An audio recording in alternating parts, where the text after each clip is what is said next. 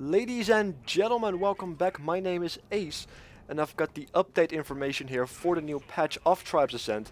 If you might have noticed already, if you were playing today, a patch has been released today, a quite significant patch indeed. So I'm just going to talk about it, say what I think about it, and then if you not already have seen the things that are new, you might want to check them out after this video. Or if you already have seen them, you might want to say what you think about it in the comments section below. So let's get started. There have been two maps added to this game. One of them is called Tartarus, which is the map you can currently see on the video. It's a capture the flag map, as well as Hinterlands, which is an arena map. Unfortunately, I don't personally play arena that often, or at all I should say, but other arena players might actually do enjoy this, because it is a very beautiful map, just like Tartarus.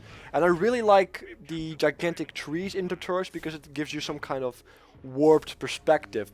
And I just really like the nature and such. So, two really awesome looking maps, and as you can see, I am playing a Doombringer on this one because Tartarus seems to be very Pathfinder friendly, and if you keep an eye on the gameplay itself, you will see why that is. I do get a lot of kills, which is quite neat. But even if you look at the entire patch itself, there's one thing that stands out that has been added as well, which are the loadouts. And this is a very interesting function, or a very helpful function I should say, because now you can prepare yourself for every single situation at hand or that might occur during a match before you actually go into a match. You can unlock up to 4 loadouts, and they cost about 70 gold pieces a piece, or a little bit over 5k experience, so not too expensive I should say. And it does really help out, because right now, or at least before the patch, you had to switch out every perk and every weapon individually. Now you can actually have a loadout preset to a certain situation that you might encounter, so you can be ready for everything.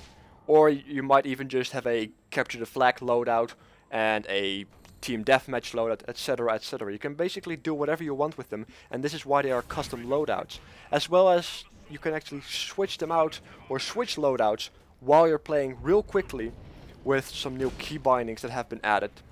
And I believe you can actually switch them out with the numpad enter, if I'm not mistaken. So it's a lot faster and a lot less painful compared to the thing that you had to do before this patch has launched, or had been launched. And if you log in right now, you should be able to see something that has been added to the patch as well, which is called Deal of the Day. And it's very common to see a discount on a weapon or an object, etc. But the thing is though, that there should be some kind of formula behind the deal of the day, because, and I quote, "This is a deal tailored to the individual." And they seem to be right, because I have had a deal of the day on a weapon that I really wanted, and one of my mates has as well.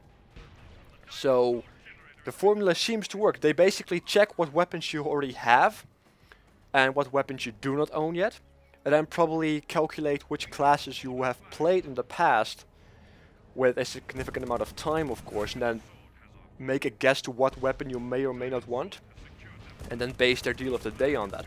So everybody has a different deal of the day, which is a very interesting thing, and possibly even more profitable for the company itself. So I like to see what the formula in fact is, and I hope it actually works out to make some more profit for them.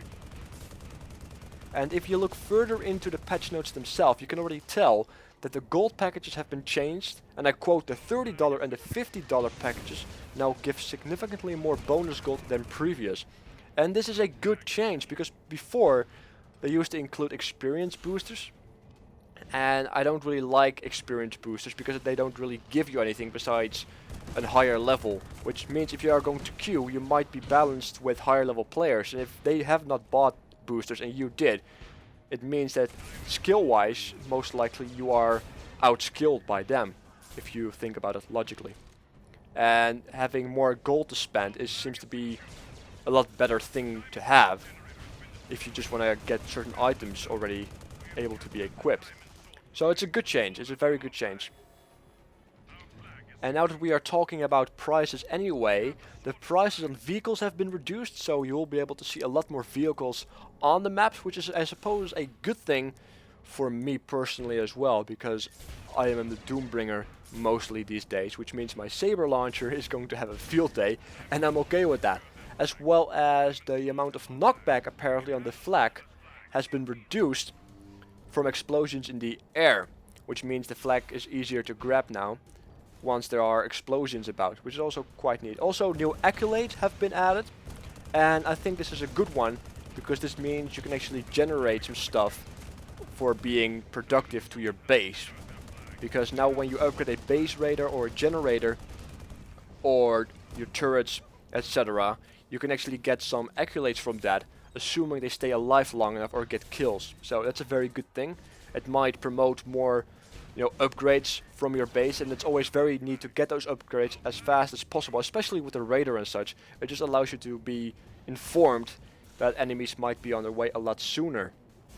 Anyway, I will leave a link in the description box below if you just want to read slowly through all the fixes as well that have been added. And make sure to leave a comment saying what you think about this patch, and make sure to subscribe to stay up to date and be notified when there is a new video.